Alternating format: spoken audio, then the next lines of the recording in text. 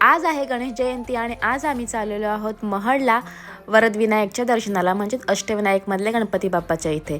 Ready होऊन आम्ही निघालो आहेत आणि दुपारच्या वेळेसच आलेलो आम्ही. तर गर्दी आम्हाला असं वाटलं की नाही आहे जास्त, तर आम्ही लाईनला थांबलो आणि बराच वेळ आमच्या लाईनमध्ये गेला. जवळजवळ अर्धा एक तास तर नाहीच, जवळजवळ 1.5 तास आमचा लाईनला गेला.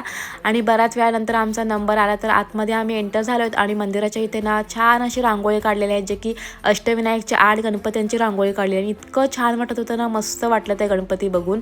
आणि मग इथे स्वामी समर्थ होते, त्यांचं दर्शन घेतलं आणि मग पुढे आमचा नंबर आला गणपती बाप्पाचं दर्शन घ्या. तिथे मस्त छान असं दर्शन घेतलं बाप्पाचं आणि गाभाऱ्यामध्ये जायला मिळालं. त्यात पण बाप्पाला हात लावून डोकं टेकून मस्त दर्शन घेता आलं. आणि मग आम्ही बाहेर येऊन बघतोय तर तळावामध्ये छान असा एक गणपती बाप्पा होता त्रिशूलावर बसलेला, तो बघितला. तिथे थोडा वेळ फिरलो आणि मग घरी यायला निघता निघता काय मग शॉपिंग करायला लागलो.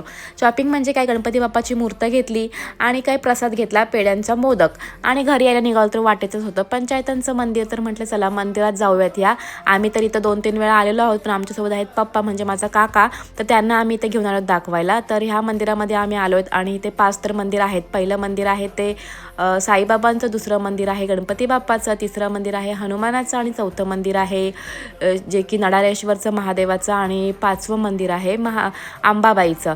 तर असे 5 मंदिरं इथे आहेत आणि 5 मंदिरामध्ये आम्ही छान असं दर्शन घेतलं आणि जास्त गर्दी काही नव्हती, त्याच्यामुळे छान असं दर्शन घेता आलं आम्हाला.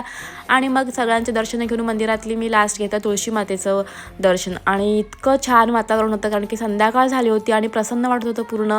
आणि थोडा वेळ आम्ही मस्त तिथे बसलो आणि मग उतरलो खाली.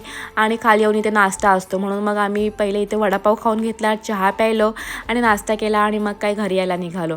घरी आल्यावर बाकीची कामं सगळी आटपली आणि आम्ही रिलॅक्स बसलेलो.